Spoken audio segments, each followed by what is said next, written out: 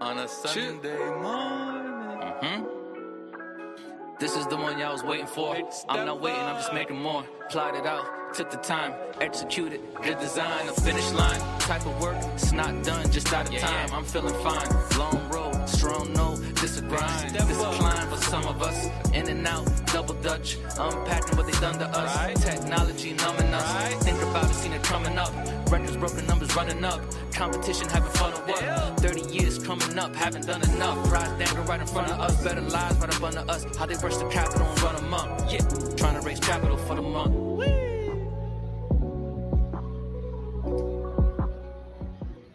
Yes, sir, skis. You know the deal. We back. An Ordinary Podcast, episode 20. Own your time. And as you can see, we do have a special guest today. We thank you guys for being here. You know the vibes. We did take a little break. Hope everyone's Thanksgiving went well. Hope you got some time with your family, time to reflect and be grateful for some things in life.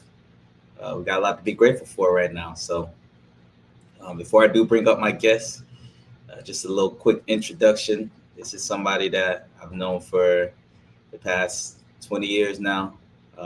Someone that is a good friend, one of my best friends, someone that's been through this journey with me from the beginning, that's always motivated me, that's given me, more than I can ask for. So really appreciative of having him here. And as you can see in the title, we're going to be talking about owning your time.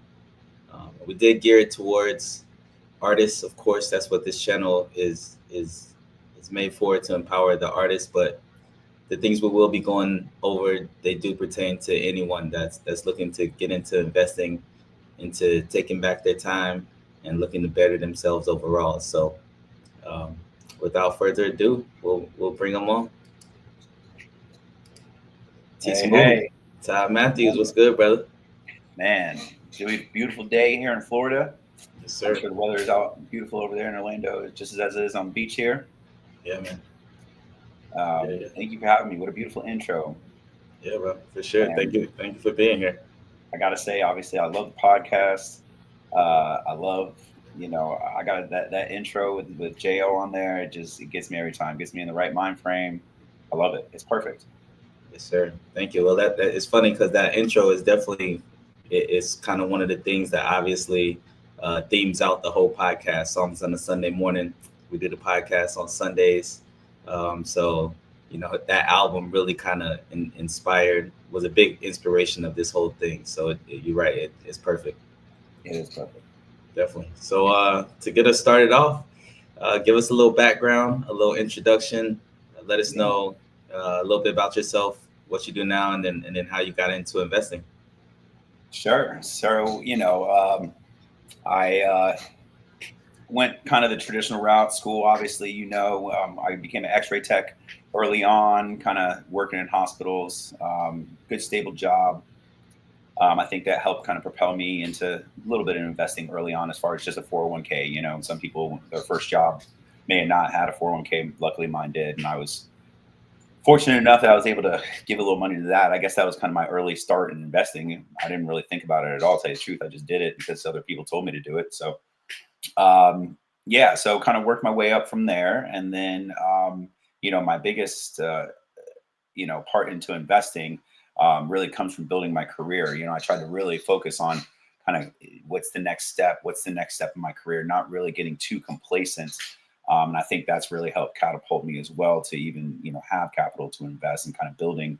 Basically, you're just kind of building blocks, every year after year, just kind of extending out that goal. I strayed the path a little bit early on. I kind of got frustrated a little bit, if you will. Didn't think I was making enough, or didn't think I was where I wanted to be. So I kind of started just doing things for fun and literally just kind of living paycheck to paycheck. And I ended up buying a 30-foot Catalina sailboat I had no business buying. I couldn't even sail at the time, to tell you the truth. Luckily I had a motor, so I would motor around on it and kind of use it for content and photos and things like that. But other than that, I really had no business owning a 30-foot sailboat. But long story short, I kind of actually got into a lawsuit about that. Kind of got scammed on the purchase. The guy that I bought it from kind of knew I wasn't getting it out of the out of the mooring area. So long story short, I had to go to court, and I was thinking, man, this guy can take all my money right now, and that's it. I got nothing, zero. Small claims court at the time I think was up to $10,000. I probably had maybe 6,000 in savings, and I just thought, man, this guy's just going to take all my money, and that's it, So got through it fairly unscathed. Got a lawyer, thank God, and he did a great job. And I was able to get through that process. But I'll tell you, it was kind of one of the best things that ever happened, because after that, I really said, I need to buckle down and make this money start working for me, start building a nest egg, start building some wealth, so I don't get myself in that position again. So that was kind of my early start. And I literally, picked up books, started listening to podcasts, kind of getting my start into where I need to start. And it was, for me, it was Vanguard.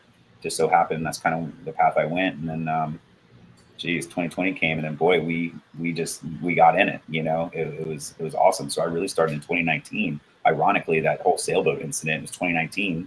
So I just dipped my toe in, right, with the Vanguard. I bought some bonds and maybe an index fund for $1,000, something like that, maybe even less, 500 at the time.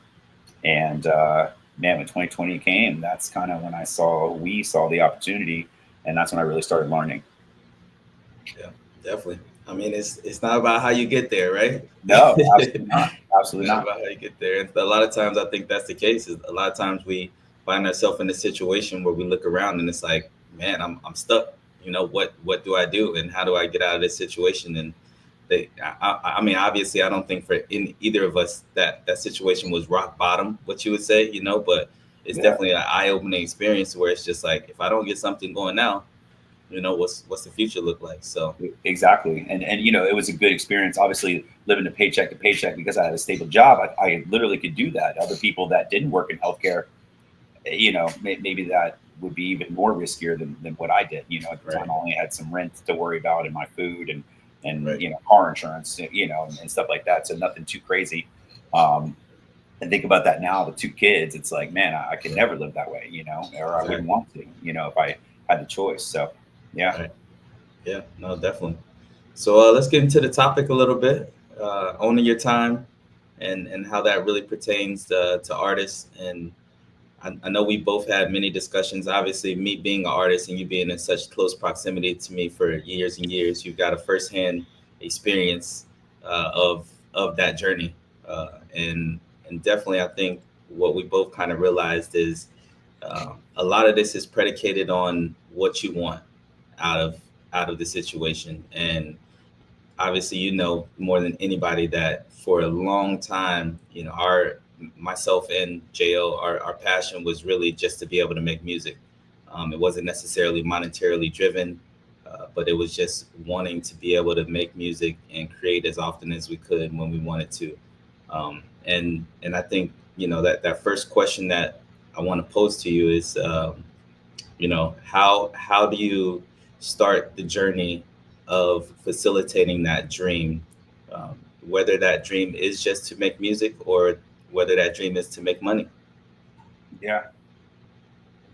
Personally, I think, the dream just to make money, unfortunately, if there is no dream or substance of the reason why you're making money, you're still going to, essentially fall short, right? I think at the end of the day, we're talking about happiness, doing what you love to do, what's your perfect day. So once you have that dream, it's about engineering your time, unfortunately, right? There's certain things we have to do in this world.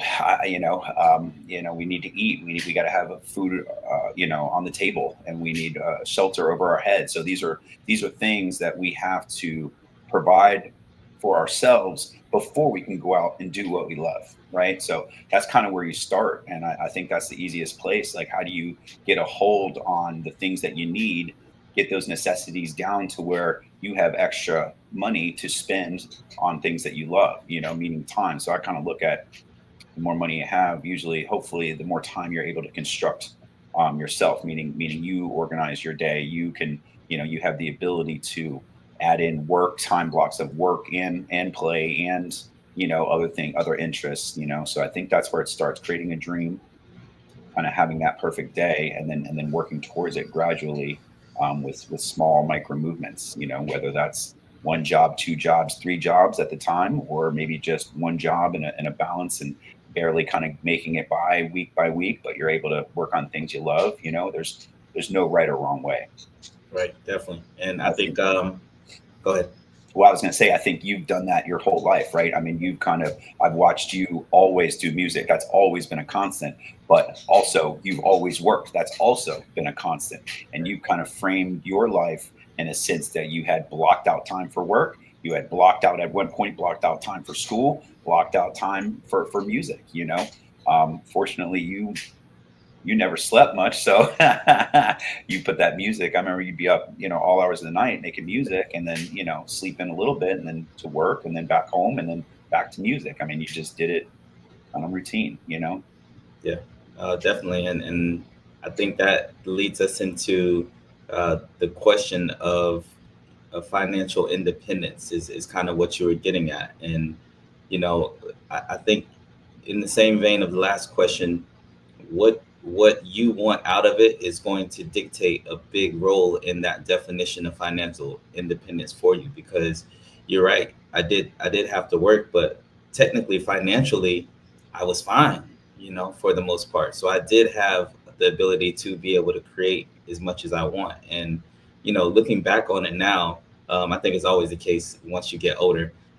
Maybe I would have geared a little bit more time to work, or in my case, it was definitely a different situation. Restaurant management is a whole different game, so I was definitely allotting plenty of time towards work, but maybe would have geared the job that I had a little bit differently, because now, with just serving instead of managing the restaurant, I mean, the time is a lot more abundant. I mean, I've cut my time at work by 2/3, and I still pretty much pull in the same amount of money. So that's a big statement right there. That's a real right. big statement. Right. And it came to a point to where, definitely, again, off that last question is, what do you want? And once I guess I questioned myself in the sense that I didn't, my parents always instilled into me, have that backup plan.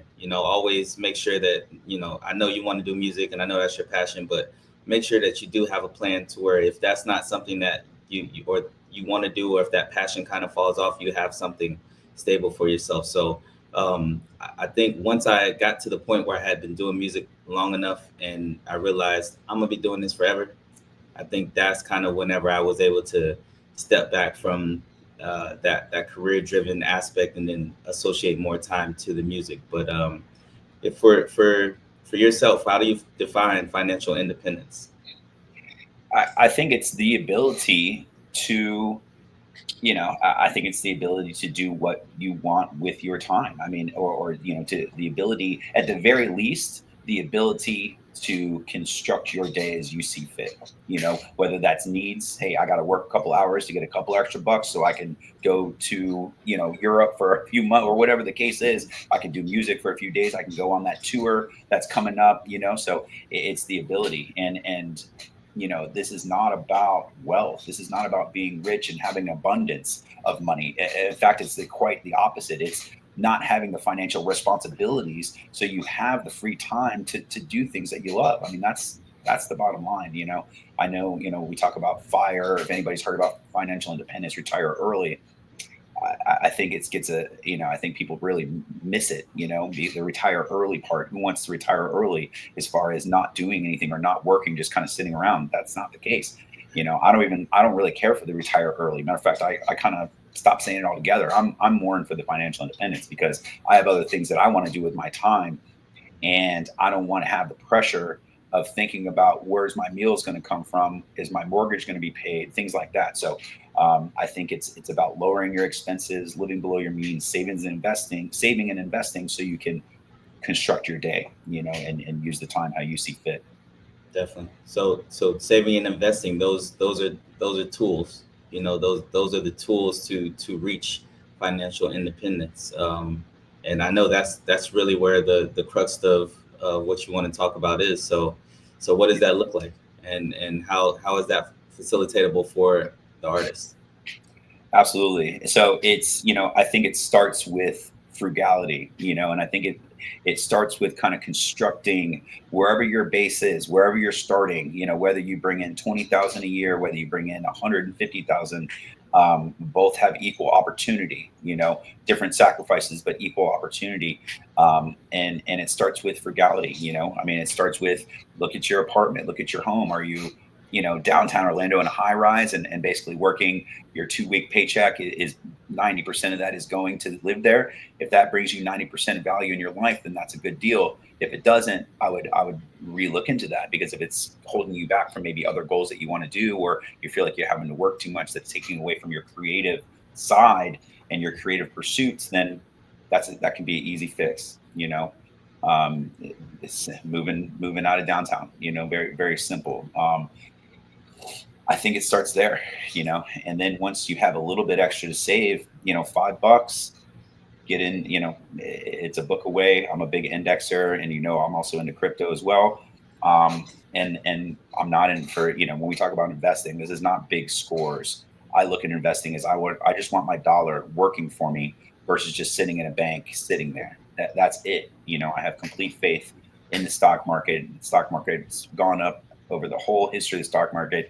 The general trend is up, even though there's ups and downs every day. So I think that's the best way. Now, there are other ways. There's side hustles, obviously. There's real estate. There's so many other things. Again, there's no right or wrong way, but the whole key is that you are saving a little bit of an excess, meaning you're not spending all your paycheck on things, responsibilities, and you're able to use that extra money to put where you think is going to work for you, and hopefully grow. Yeah, I think that, man, I love what you said about the percentage of value that something brings to your life. And I've never really heard it put like that, but I think that is a great way for people to start. Look at how much money that thing or that time is taking you, and the percentage of the money that it's taking, and then equate that to the amount of value that is actually bringing to your life. I think that's a gem. I think that's key. I've never heard it put like that, but that's a great way to start. I know a lot of times people, feel like they need something. And when you really look at how much value it's adding to your life, then I think you could really assess how much you really need that thing. Yeah. And by no means, can a condo downtown not be a good investment, right? Because if you're using it for content, if it just brings you joy in your life, well, maybe that's not where you need to go find extra money. Maybe it's what's your next career step, or is it a second job? You know what I mean? So, there are other things, not to mention if you have a small side hustle and this condo facilitates that very well, now you can start writing some of that off. So again, there's no right and wrong way. It's, but really look at that value, where your money is going. Think about it as your time going too, and in this world, time is the most precious, right? That's the only thing we can't get back. Right. So I've kind of changed my thinking to my money is time, and it becomes a lot more precious to me. Yeah, definitely. And then the next thing that you said was, this isn't about big gains, and you don't have to have a lot to get in. You don't have to have a lot to start. I think compounding is the biggest tool that we have when it comes to investing. That $5 today might not seem a lot, but if you add that $5 up every week, over time, it really starts to add up. And set it and forget it. Set it and forget it. Set it and forget it. More even important than that, I would almost say, even if you had $1 million, or let's say something more reasonable. Let's say you came around, you have $1,000 to invest. I still would advise you to start with $5, because with the technology we have today, that's all you need. And you're going to learn. There's a little bit of a learning process. You don't want that stress of learning with $1,000. I know I didn't. I remember $25 was my $5. And I put $25 in, see how this works, understand the app, understand what I'm doing. If I lost $25, hey, you chalk it up to learning. Investing, right? I'm investing in myself. So that's kind of how I looked at it early on. I know you did the same thing, just micro investments. And with today's technology, there is no reason to be putting hundreds of dollars in at a time unless you are confident and that's what you want to do. And that's where I'm at now, because I've worked up from my $25, right? So now I see something good.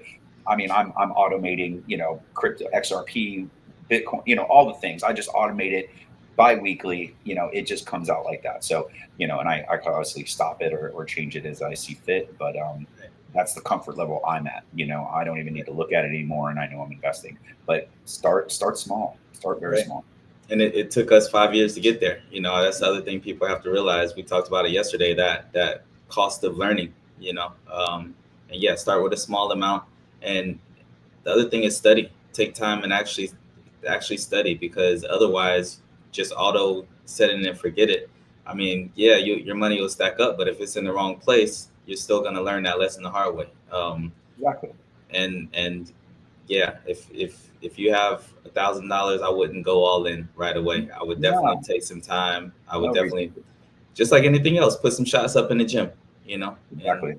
And work your way up to that. And over time, if you're studying, if you're keeping an eye on everything that's happening, then you'll definitely start to gain the confidence. Absolutely. So the next thing that I know you did touch on, I mean, you said it briefly, but a book away. You said the knowledge is a book away. Yes. What got you into, or better yet, what books do you study in order to gain the confidence to be where you're at now with investing? Yeah, absolutely. So I'm an Audible lover, right? I like to listen to my books while I'm driving. My job now, I drive a lot, so Audible really helps me get information fast. And also, I don't want to discredit podcasts. Podcasts are a great way to just listen to like-minded people that are on this path, whatever path it is, investing, real estate, whatever it is, doesn't matter. There's a subject for everything, and it's just real live people doing it, right? And then they just kind of, it's not really coaching, but it's you get insights to their mistakes and their wins, as well. But I picked a subject. I picked a subject that I wanted to learn, and I just Googled it. I mean, it's that easy. And then that's how I came across Audible with those books. So just made sense. Let me just sign up. But I'm constantly looking for new things, constantly looking for new information. And it's everything's out there at our fingertips. I mean, there's no reason, however you want to learn, however you want the information to come, whether that's, listening, visual reading, or whatever, videos on YouTube. It's all there for us. I mean, it's a click away. So, I say, obviously I listen to a lot of investing, and now I'm more gearing up on retirement and withdrawal sequences and things like that. I mean, that's kind of where I'm at now in my life. But wherever you're starting, whatever you're trying to do, the information's out there, and it's just one click away. It really is. Yeah. So that's where I started. I remember I left college, and I didn't know, again, I was still paycheck to paycheck. We were still living together, Allison Drive. And I think the first thing I typed into Google was, what is happiness? And I just started studying, and I just went down that rabbit hole. And then, what is success? And I went down that rabbit hole, and then kind of realized that I could just create a dream. I don't need to go to college, or I don't need to live a certain way. I could just create my own dream and live into that. And it was just a huge revelation. So, and then once I created that dream, then I took the steps of action, right? How do I do that? Well, I'm going to need money. Okay. I need to work. If I'm going to be working, I need to maximize my time at work, meaning getting the most dollar I can without breaking my back. 70, 80 hours was not an option for me, because I needed my free time to do what I needed to do and what I wanted to do. So that's when I started building up my career. What's the next level? I just looked at where I'm at, looked at managers around, started asking where I'm at. What is my next step here? Right? Start there. And then I kind of grew from there. Yeah, definitely. I think that's one of the big things, especially as artists, that we struggle with, and it will lead into my next question. But like you said, I've always had a job.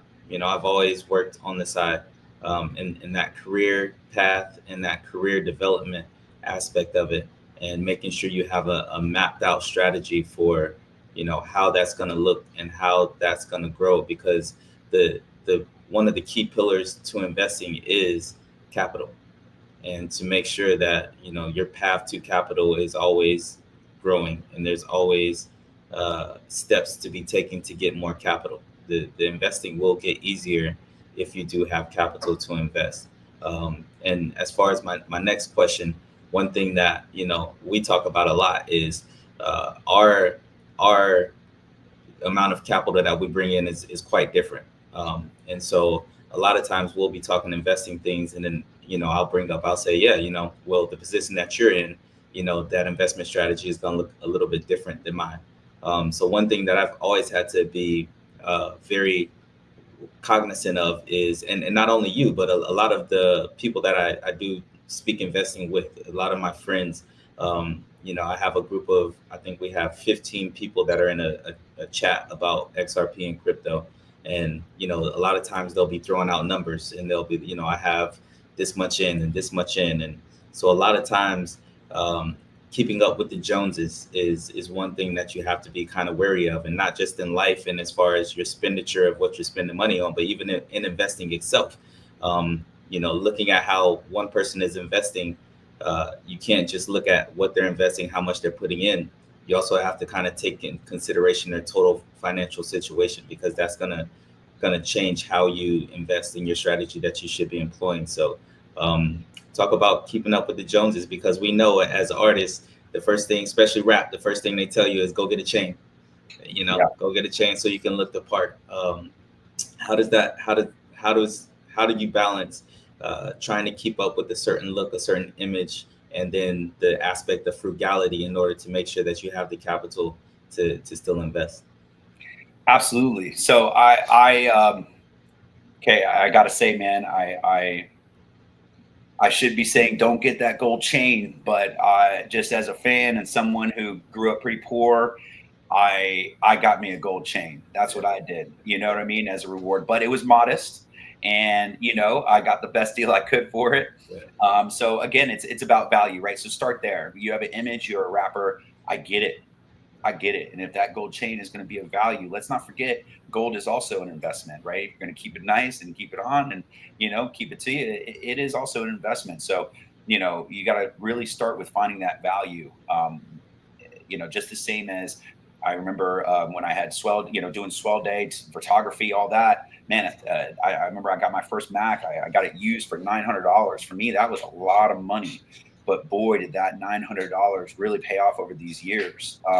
So, again, take it back to value. If you're going to perform more, make a deal with yourself. Hey, I'm going to buy this gold chain and I'm going to do 10 performances this year. I think anything that you really love and care for could be valuable. You got to decide that for yourself. But keeping up with the Joneses, that's impossible. There's always going to be someone that has more money than you, someone that's in a different place than you, somebody that may look that like they have a lot of money and they don't. I mean, that's probably more often the case than not. You know what I mean? Nowadays, I would, I think I'm at an age now where you really don't talk much about people's finances unless you're friends. But if I saw a bunch of people, with a bunch of chains and stuff like that, I'd say, hey, man, what's your retirement account look like? What's your, what are you invested in? That would be my question, not how many chains do you have? What other watches do you have? I would say, hey, are you, are you full of substance, or is this just this is your investment, these chains and watches, So, I just think once you have a path and you find your dream, everybody else, what they're doing gets tuned out. It's got to get tuned out, So if you're trying to keep up with anyone, that's just not going to work. That's not sustainable. It's not. Right. 100%. You mentioned very briefly Swell Day there. Yeah. Can you talk a little bit about that and how that has affected you in your journey? Yeah. So Swell Day Surf Co. I mean, I had the dream at first of doing T-shirts, surf clothing, surf art, photography. I mean, I just got into all that. For my first company, Diz On Clothing, need a shirt, put Diz On. I just think it was the perfect time. We were at UCF. I mean, just you guys had the music. We had, we had the network. We had the stages. We had just everything. So, we went pretty hard, man. Like, it kind of morphed into more DJ and kind of event kind of coordinating and things like that. And then kind of merchandise was just kind of a secondary after that. But it was a good time. I still have Swell Day Surf Co. I still got the company. I'm just pivoting with it and going to be doing some other things in the future for sure. But it taught me a lot about understanding money, how to get money out of thin air. I mean, that really felt good. Kind of just, my own ideas, putting them to paper, making them work, turning it into clothing, finding bars on the beach. I mean, I put in so much work for just almost free. When that first little bit of money started coming in, I think by my peak, it was about 15 grand I made 1 year. Yeah. And I was proud. I was proud of that 15 grand. That's for sure. Yeah. But entrepreneurship turned out to be the hardest job of all. I mean, it's just, you got to do it all. Entrepreneurship, it's amazing and it's fun and it's a journey, and I think that's why it's so addicting. Yeah. But yeah, so, I moved on again. I thought, do I want to keep pushing this and pushing this and pushing this and kind of spending my own money and kind of living that life? My career was kind of starting to blossom as far as, I was making pretty good money, okay money at the time for my age. So I thought, man, maybe if I dig in, I can work less, make more. And that's exactly what I did. I thought, you know what, I'd rather work less, do what I love to do for fun. And I found when I do things for fun and not try to make a monetary gain, it's a lot more relaxing. It really is. And it can be a lot more fun. I think anything you start to do, make no mistake, even if you love it, you start to do it for money and you require a paycheck from it, it puts a little different twist on it. It doesn't feel the same.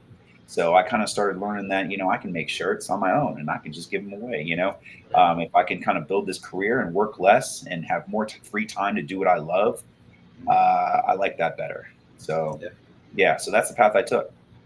100%. Entrepreneurship, obviously, it's a big topic here on this channel.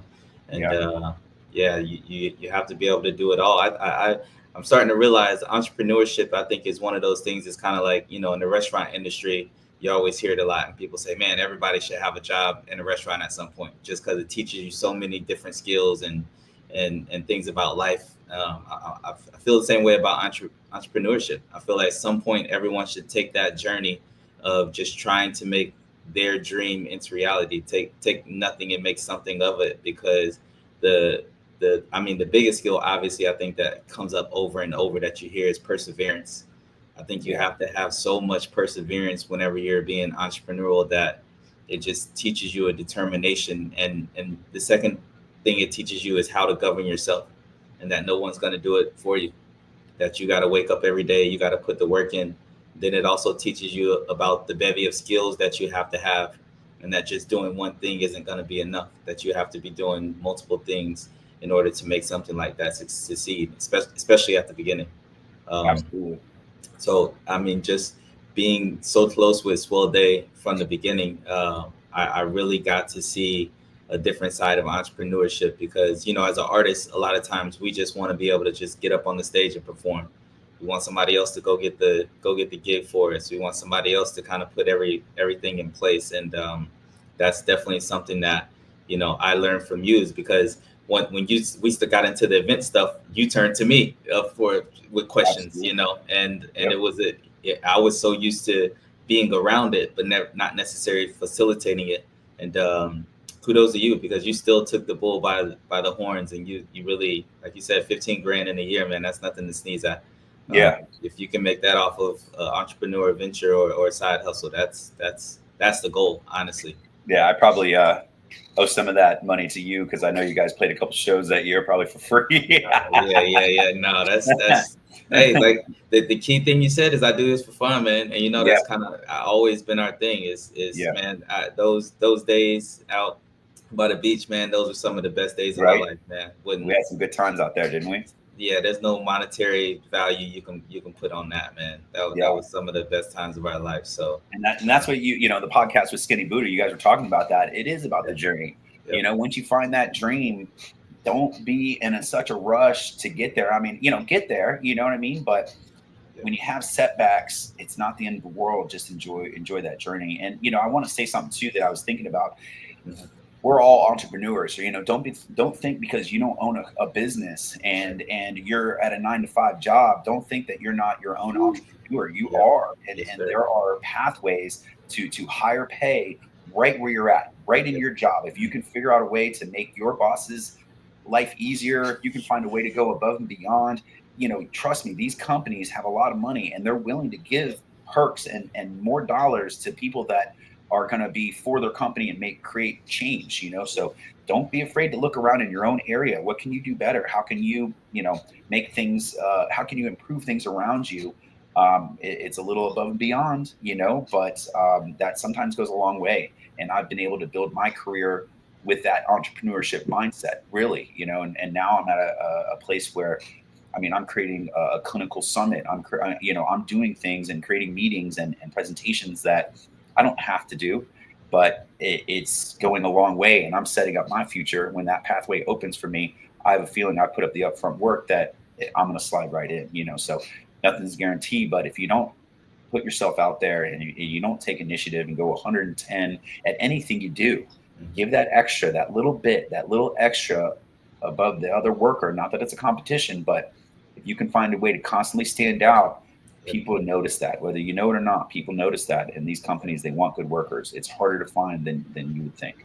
Yep, no, 100%. I think that might be the greatest tip we've shared on this show so far. And I hope that really doesn't go over people's head, because me and you, obviously, that's why we get along, because we're of that same mindset and that ilk. And I think that is the most underrated thing that people don't see every day is make the people around you, the people that are at the job, make their life easier.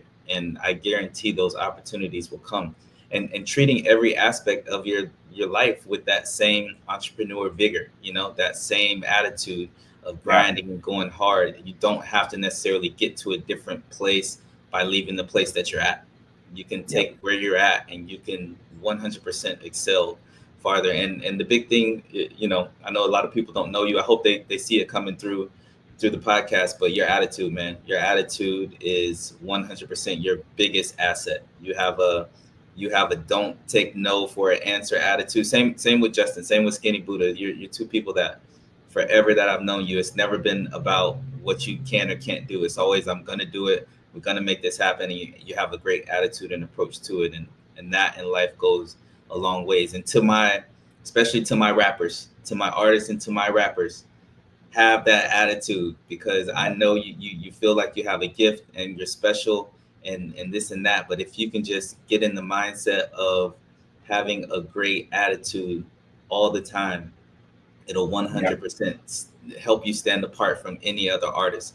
Be helpful and just be mindful that if you do take a second, look around the room, they're going to show you the things that you can do to make yourself stand out. Every person around you, every other artist in that room will show you exactly what you need to do to make yourself stand out, because they'll be trying to be cool and they'll just be trying to get by and get away with the least amount of effort. And if you look at their example, you can stand out every time, 100%. I guarantee you. Absolutely.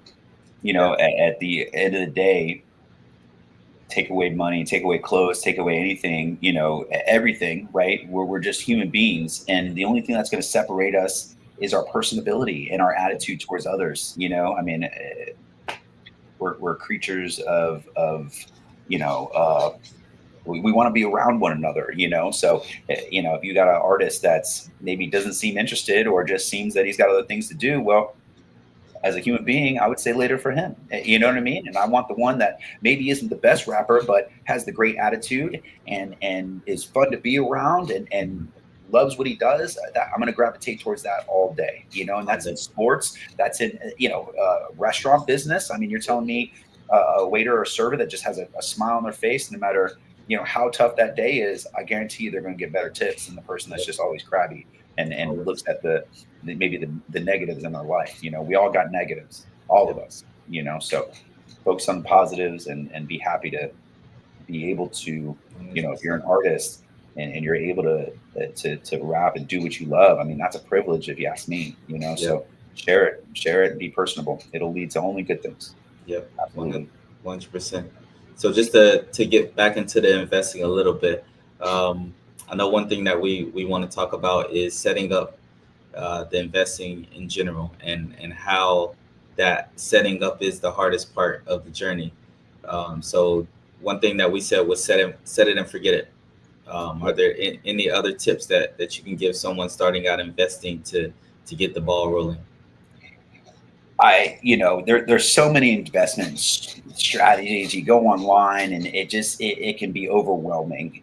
I personally think just find an index fund with a low fee. If you don't, even with that, I guess a low fee. What is a low fee? So most of these funds, they cost a little bit of money, a percentage, usually under 1%. I would just find an index fund, or if you are passionate about a company that you love and you got $5 or $10, I would start there. That's also a great way to start. If you're passionate about something, whether it's electric cars or something new that, whatever it is, I think any investing when you're learning is okay, even if you lose money. That's why I say start small. If you're want it the simple route, there's a couple books, The Simple Path to Wealth, J.L. Collins. That's probably one of my favorite books. And it's just literally indexing. You do it from your phone. And when I say index, that's a mutual fund that a Fidelity or Vanguard or, JP Morgan, these guys set up for you.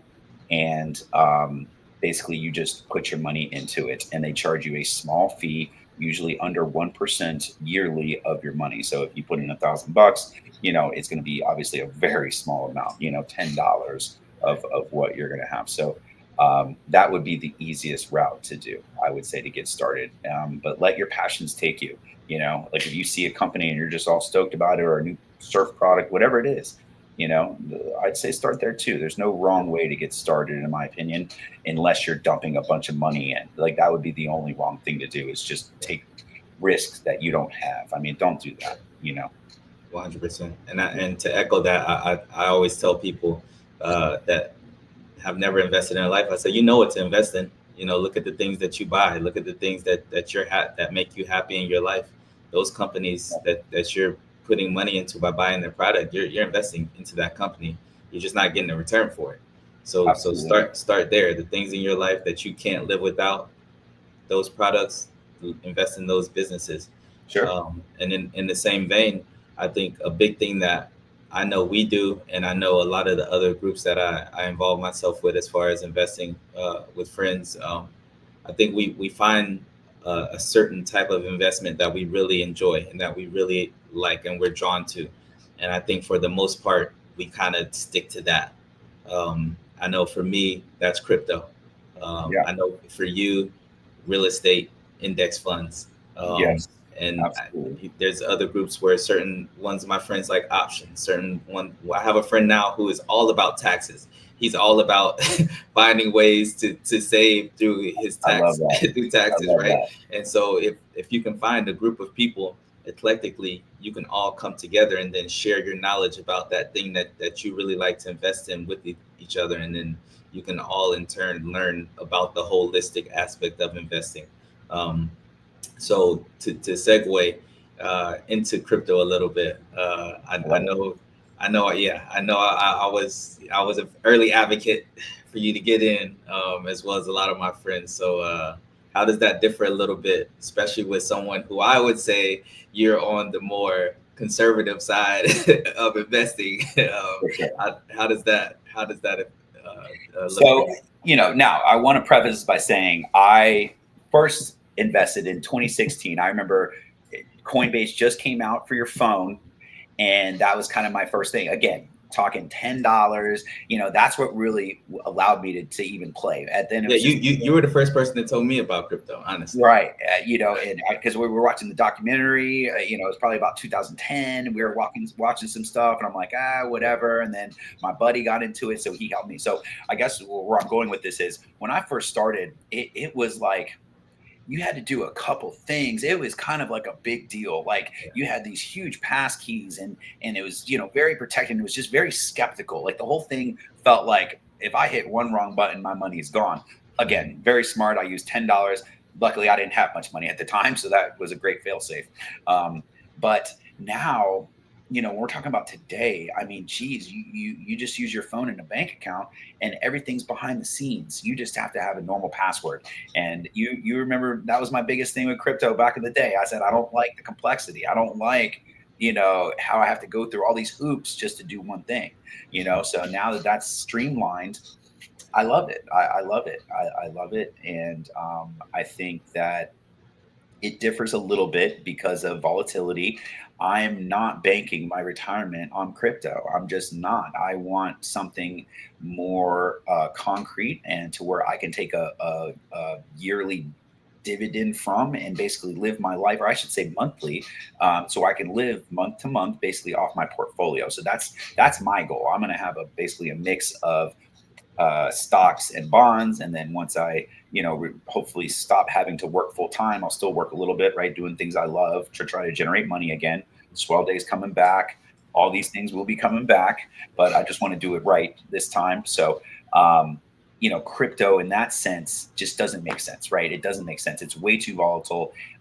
Plus, not to mention laws and things like that are going to be constantly changing. I can't use my retirement, to do that, but I can be in it and be a part of it and make money on it, and also understand it and learn it, because the reality is, just as well as you do, I believe that is the future. I mean, we need to go to a transparent ledger. We need, we got to get a handle on this.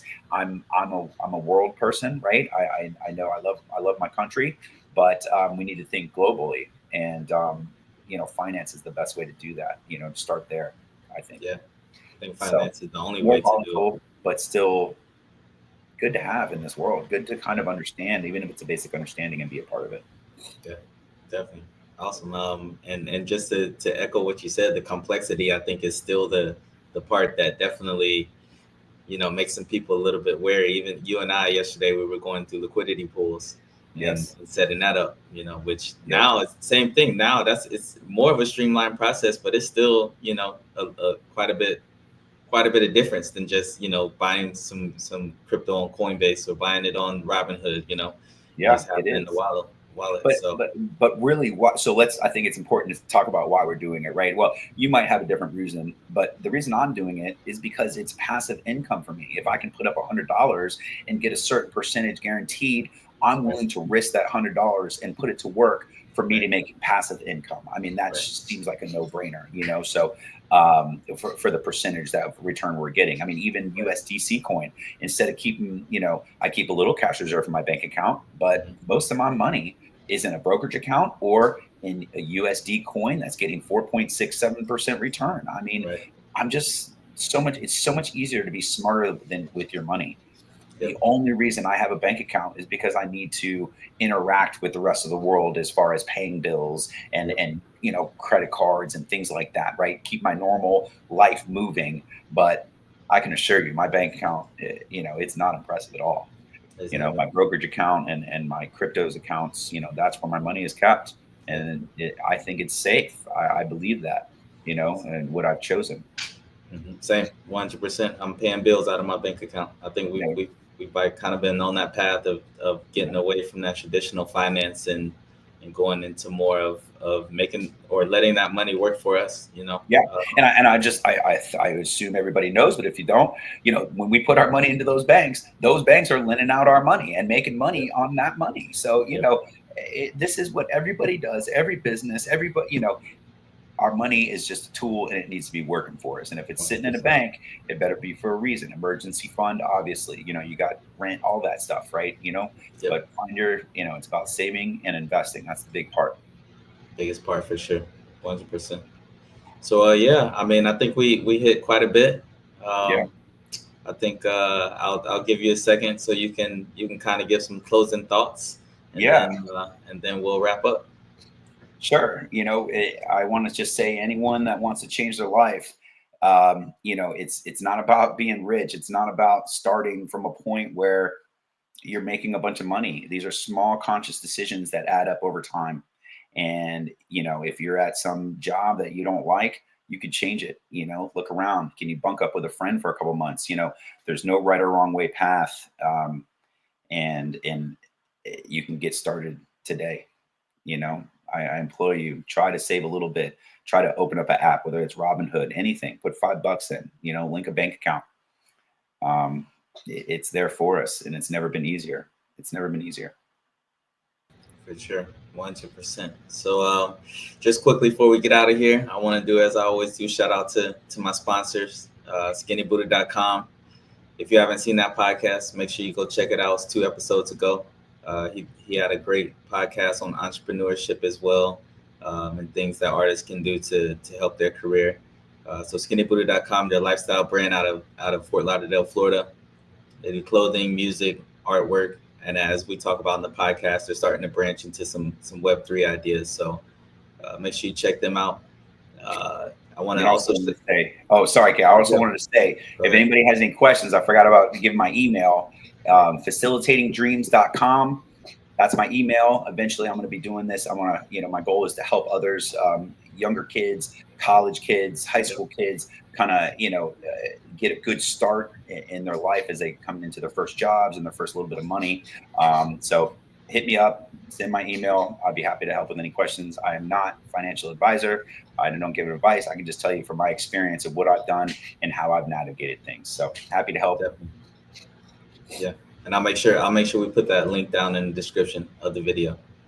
So yeah, Tracks Entertainment 96.7 TEG WTEG Radio. It is an international online radio station. So if you're an artist or a business that are looking for any type of promotion, make sure you hit them up. They have some great holiday deals going on right now on ads and on airtime. And then last but not least, IG Clout is a CRM and social media marketing company out of Orlando, Florida here that I work with. They are specialized in bridging the gap between technology, artificial intelligence with small businesses to make sure that we can help facilitate any needs that they might have to take scale and to take their business to the next level. So igclout.com, make sure you check them out. As always, all the links will be in description. Facilitatingdreams@gmail.com. Yep. Make sure if you want any further information, insight, or if you just want to follow along with the journey, make sure you hit them up. So again, brother, thank you for being here. Oh, thank you. Thank you for Spider for everything he's done to get us here today. I mean, amazing. I can't wait to someday hopefully meet him in person. That would be amazing. Yeah. You guys are doing big things, man. This is just amazing. And thank you for supporting the cast, man. You're somebody that I lean on for feedback. We talk, every couple of weeks, and you give me some good feedback. So I appreciate the support, and obviously, man, we'll chat off screen whenever we get out of here. But I love it. Episode 20, No Ordinary Podcast. We're here every Sunday morning, 9 a.m. You know the vibes. We'll be back next week, and we'll do it all again. So hopefully we'll have you back on sometime. Hopefully it's going to be the last time that you're on. So, yeah, man. Awesome. I appreciate you, brother. All right. Everybody have a great day. Yes, sir. Peace.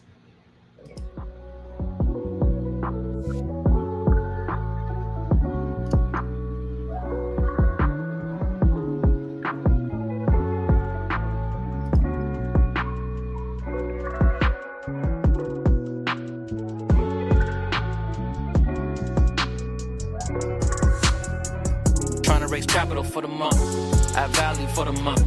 Roadblocks in front of us, so hot in the summer months. Right. Dealing with a lot to sum it up.